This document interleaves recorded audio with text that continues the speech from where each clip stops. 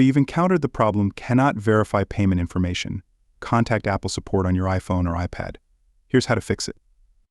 Open the settings of your iPhone or iPad and ensure you have an active internet connection. Check if there's any connected VPN and disconnect it if there is. Go to Settings General Software Update and update your device to the latest iOS version. Set the date and time automatically in the date-time settings. In your Apple Idaho settings, go to Subscriptions and remove any overdue subscriptions.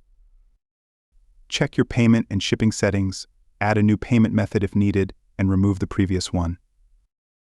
Ensure you have enough funds in your account and international transactions are allowed. If the problem persists, go to your Apple Idaho settings, click on Media Purchases, and view your account.